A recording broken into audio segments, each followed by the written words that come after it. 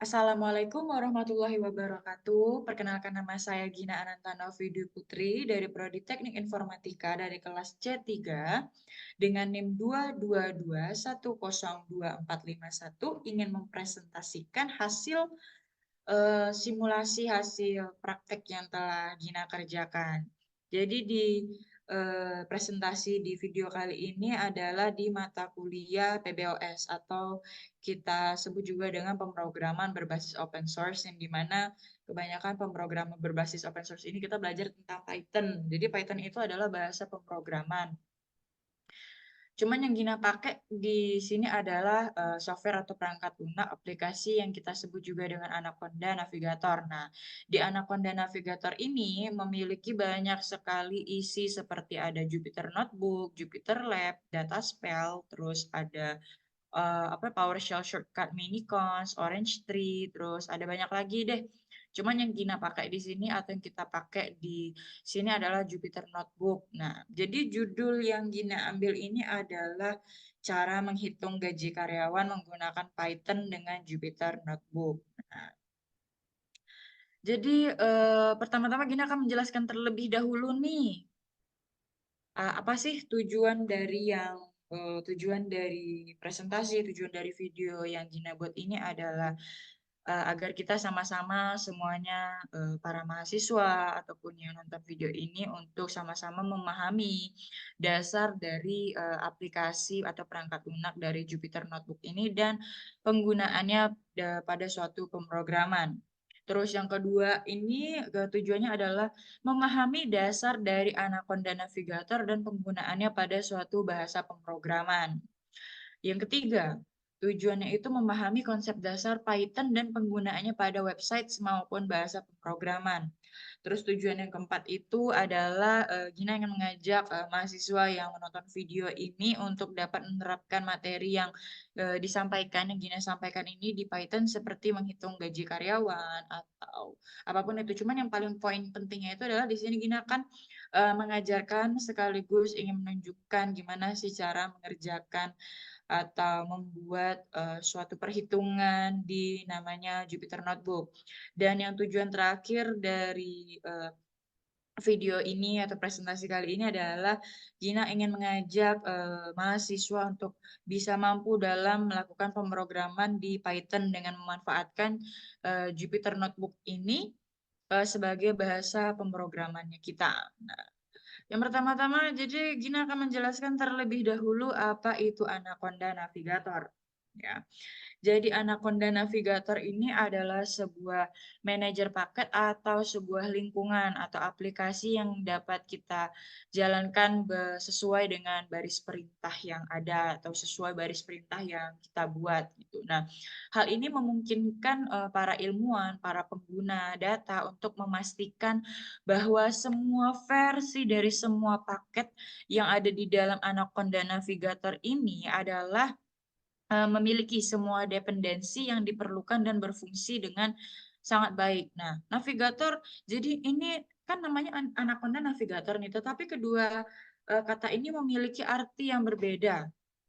Tapi ketika disatukan memiliki arti yang sama. Jadi yang pertama ini adalah navigator ini adalah antarmuka, tunjuk, dan klik untuk bekerja dengan paket dan lingkungan sehingga menghilangkan kebutuhan untuk mengetikkan pernyataan Anaconda di jendela terminal kalian. Nah, Anda dapat menggunakannya untuk mencari paket, untuk menginstalnya ke lingkungan kita atau kalian, terus menjalankannya dan memperbarui semuanya dari navigator yang ada. Terus dan juga Anaconda Navigator ini adalah antarmuka pengguna grafis GUI atau desktop yang termasuk dalam distribusi Anaconda.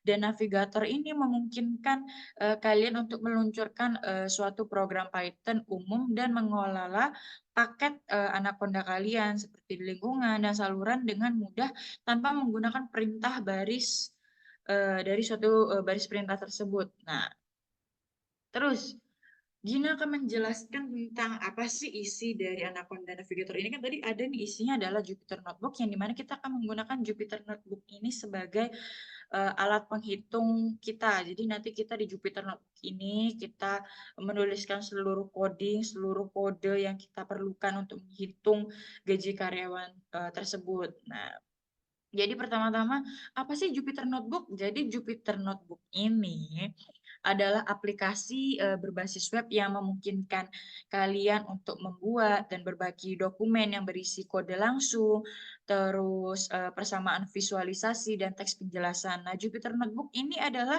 suatu aplikasi nih yang biasanya digunakan untuk membuat suatu codingan dalam bahasa pemrograman yang dimana kita ini dapat mengetikkan seluruh codingan, seluruh kode yang kita mau. Misalnya, menghitung gaji karyawan, menghitung nilai belanja, mengurutkan suatu objek ataupun subjek yang ingin ditentukan. Terus misalnya menghitung persegi panjang, menghitung luas lingkaran, asalkan kita tahu nih kodenya gimana gitu kan. Kalau misalnya nggak tahu, kita bisa sambil search gitu, pakai kode apa gitu. Nah, dan bahkan Jupyter Notebook ini bisa kita sambungkan dengan membuat website seperti website Django. Nah, biasa kalau kita nih buat aplikasi Django ini kita memerlukan yang namanya biasa buka dulu nih Anaconda Prom gitu. Misalnya kita harus install dulu PIP-nya gitu untuk menghasilkan Django-nya nanti supaya keluar. Nah, kita juga kalau misalnya mau buat Django itu kita juga memerlukan yang namanya Visual Studio Code. Untuk apa? Untuk mengetikkan tadi. Nah, kita menggunakan Jupyter Notebook tadi, kalau misalnya kita yang buat Django tadi, kita harus menginstalnya MySQL tadi terlebih dahulu. Jadi kayak harus perlu menghidupin examnya dulu supaya MySQL itu berjalan dengan lancar dan akan memunculkan suatu MySQL supaya benar-benar dia tuh sudah terhubung oleh si Django-nya tadi.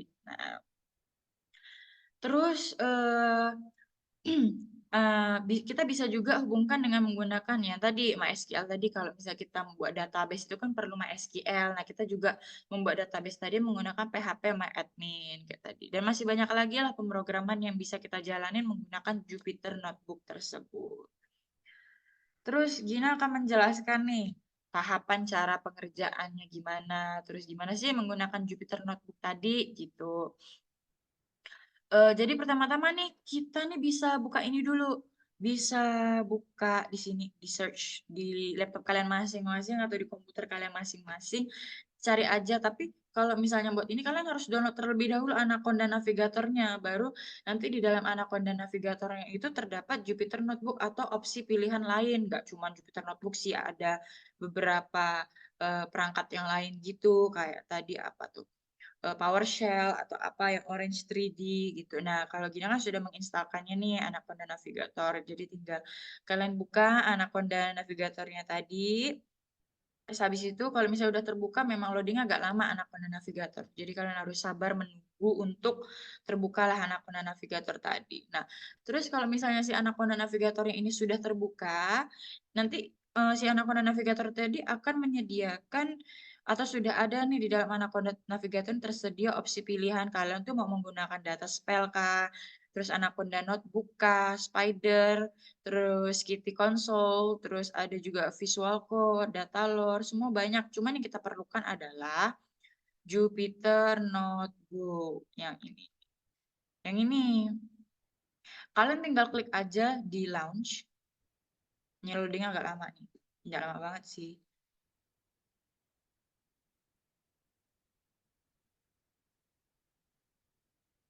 Bisa juga pakai di sini juga bisa. Nah, kayak gini nih. Ini bisa juga. Nah, kalau kayak gini nih, kan ada nih banyak pilihannya. Kalau kita mau mulai Python-nya itu kita klik yang ada tulisan new di sini, diklik. New kita bisa pilih apapun. Kalau misalnya ini kan ada text file, folder, sama terminal. Nah, cuman biasanya kalau Gina pakai itu yang Python 3 yang IP kernel. Tinggal diklik aja. Nah, nanti akan muncul seperti ini. Kan di sini ini udah ada nih opsi-opsinya kayak ada file edit, view, insert, cell, kernel, widgets, help gitu. Nah, untuk menjalankan suatu codingannya ini, kita menggunakan run kalau misalkan udah selesai ketik codingannya tadi. Jadi kalian akan mengetikkan seluruh codingan kalian nih di sini nih, yang ada tulisan in-nya di sini. Nanti kalian akan mengetikkan seluruh codingannya itu. Jadi sebelum Gina mengetikkan sini, Gina mencoba untuk mengetiknya di Visual Studio Code terlebih dahulu. Misalnya Gina udah selesai ketik nih, misalnya udah selesai ketik, baru Gina tempel di sini. Kalau udah selesai tambah di sini, kalau misalkan ini tidak berjalan dengan lancar, itu nanti si Jupyter Notebook-nya ini akan muncul yang namanya syntax error, yang dimana dia akan menunjukkan kesalahan dari codingan kita, misalnya letaknya di baris berapa gitu. Misalnya dia juga akan menunjukkan bahwa tidak ada kosakata atau bahasa codingan yang terdapat di Jupyter Notebook atau di bahasa pemrograman Python tersebut. Jadi gitu. Jadi kita bisa tahu nih mana yang harus dibetulin gitu. Nanti kalau misalnya sudah benar semua codingannya itu, baru muncullah muncullah apa namanya sebuah codingan yang benar tadi. Nah, kayak gini kan udah ketik nih di Visual Studio Code. Karena apa? Karena udah pernah Gina jalanin nih. Nah, cuman kalau memang kita mau kirim kemana gitu tuh memang kalau pas dibuka itu tulisannya Jupyter Notebook-nya bakalan terbukanya di Visual Studio Code. Kalau misalnya kita buka di mana laptop lain, bisa Gina copy ya yang udah Gina tulis. Ini sampai bawah. Nah, pilih aja Ctrl A. Copy. Udah Gina copy, coba kita ketik di sini. Ctrl V. Kita coba runin ya, udah bener atau belum. Nah, kalau misalnya ini udah bener, dia akan muncul hasil seperti ini. Misalnya, ini kan kita kan untuk menghitung gaji karyawan nih, menghitung gaji karyawan. Nah, biasanya ini nih, kalau dalam bahasa pemrograman itu, kita menggunakan beberapa codingan, beberapa kode, misalnya kayak def, init, terus kalau misalnya kita ingin menghitung suatu apa namanya untuk mengeluarkan suatu nama kita menggunakan def init ini untuk menghitung gaji juga kita menggunakan def gitu kita juga menggunakan if kalau misalnya kita ingin menghitung sesuatu if itu sangat penting cuman biasanya orang ada yang pakai else if dan lain-lain gitu nah biasanya terusan print ini harus banget di dalam codingan kita kenapa kalau misalnya nggak ada tulisan print yang nanti hasilnya juga nggak bakalan keluar. Terus misalkan nih kita masukkan nama karyawannya, nama Gina sendiri deh. Gina.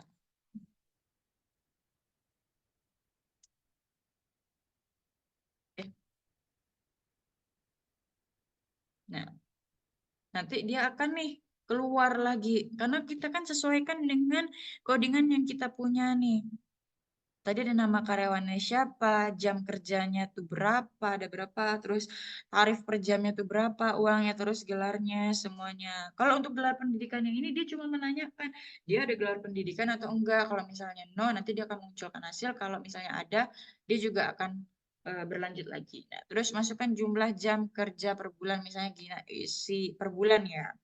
Per bulannya itu 208 per jamnya, jumlah jam kerja per jam. Karena kalau misalnya satu bulan itu kan 30 hari, palingan kerjanya ada 26 hari gitu. Jadinya dihitung, oh 26 dikali 8 misalnya kayak gitu. Jadi 208. Terus untuk masukkan tarif per jamnya biasanya kebanyakan itu hitungan per jamnya ya 25.000. Nah, terus tanya lagi, apakah karyawan memiliki gelar pendidikan? Ya, misalnya. Nah, nanti bakalan keluar nih hasilnya gaji Gina itu sebesar 572 itu apa 5.720.000 untuk rupiah hasil gaji Gina.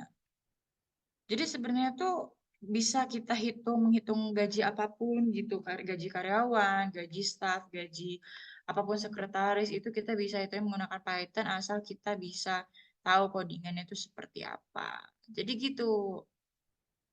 Ini, jadi caranya begitu. Terus kalau misalnya kalian udah ketik ini, kalian juga bisa menambahkannya di sini. Di sini, misalnya kalian ingin mengetik codingan apa lagi, nanti bakalan muncul. Tapi kalau misalnya codingan kalian salah, itu bakalan ada tulisan syntax error di mana dia akan menunjukkan kesalahan kalian di mana. Nah, kalau kalian ingin menyimpannya, kalian bisa save di sini, misalnya save as.